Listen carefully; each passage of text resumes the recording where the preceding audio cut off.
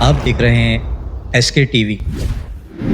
میرے ایک استاد کہا کرتے تھے، جو واقعی کچھ دیکھنے والے لوگوں میں سے تھے، مومن کی فراست والے لوگوں میں سے تھے، وہ کہا کرتے تھے جلدی کرو فہرست بن رہی ہے، جلدی کرو فہرست لکھی جا رہی ہے۔ اور وہ جب دعا کراتے تھے تو رو رو کر یہ دعا کراتے تھے کہ اللہ نفاق والوں کی فہرست سے ہمارا نام نکال دیجیے۔ اس وقت تک دجال نہیں آئے گا۔ اس وقت کے حالات کیا ہیں؟ پوری دنیا کے مسلمان، عرب حکام، بادشاہ، امراء، علماء، عوام، اللہ کی پناہ، روزانہ ہزاروں کے بارے میں خبریں آ رہی ہیں اور کروڑوں وہ ہیں جن کی خبریں نہیں آتی۔ کھل کر کفر میں جائیں گے اور کفر کا ساتھ دیں گے، ظلم کا ساتھ، یہ تو ہونا ہی ہونا ہے۔ نفاق کیا ہے؟ جواب: نفاق زبان سے اسلام کو ماننے اور دل سے اس کا انکار کرنے کو نفاق کہتے ہیں۔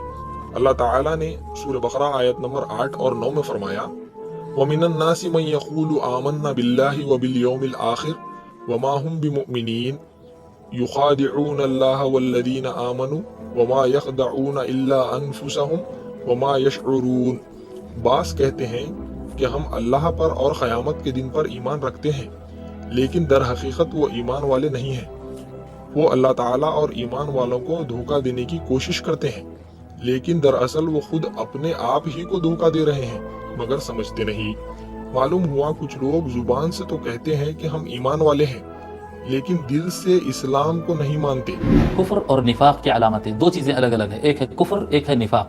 کفر یعنی دل سے اللہ تعالیٰ کو اور ایمان کی جو بھی باتیں ہم اللہ کو اور اللہ کے رسول کو، قرآن کو، یہ چیزوں کو دل سے بھی نہیں ماننا اور ظاہر میں بھی نہیں ماننا۔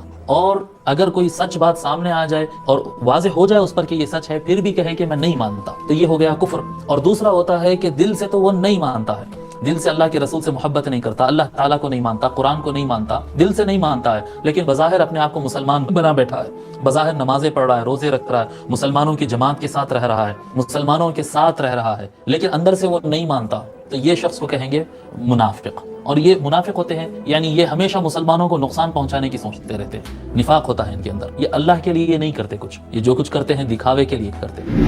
اس دور میں نفاق کس میں آ سکتا ہے، یہ غور کرنے کی بات ہے۔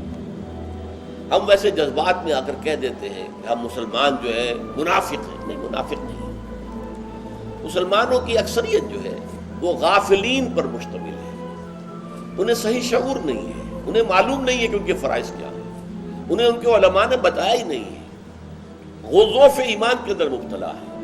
منافق صرف وہ ہوں گے، نوٹ کر لیجیے اچھی طرح، جو اقامت دین کی کسی جد و جہد میں شریک ہو جائے اور وہ پوری بات کو سمجھ کر کے ہاں جب غلبہ باطل ہے تو اس باطل کے خلاف جد و جہد اور جہاد کرنا میرا فرض عین ہے، اور اس فرض عین کو ادا کرنے کے لیے وہ کسی جماعت کا دامن تھامتا ہے، اس میں شامل ہوتا ہے، آگے بڑھتا ہے۔ لیکن پھر جب آزمائشیں آتی ہیں، سب سے بڑی آزمائش یہ سم و طاعت، امیر حکم دے رہا ہے اور آپ کو ماننا ہے، اور ظاہر بات ہے کہ انسان پر گرہ گزرتی ہے یہ بات، یہ امیر کون ہے؟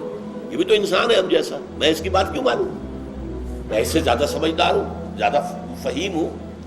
یہ جو پھر آزمائشیں آتی ہیں، یا پھر کہا جاتا ہے یہ کرو فلاں وقت نکلو، اور وہی کام جو ہے میری دکان کے اوپر جو ہے زیادہ کاروبار کا وقت ہے، اور یہاں کہا جا رہا نکلو، تو یہ جب اس وجہ سے پیچھے ہٹنا شروع ہوگا انسان، بس پائی اختیار کرے گا، پہلے مرحلے پر تسلیم کر لے گا اپنی خامی کو، دوسرے مرحلے پر جھوٹا بہانہ بنائے گا، تیسرے مرحلے پر جھوٹی قسمیں کھائے گا، اور پھر عداوت ہو جائے گی اسے۔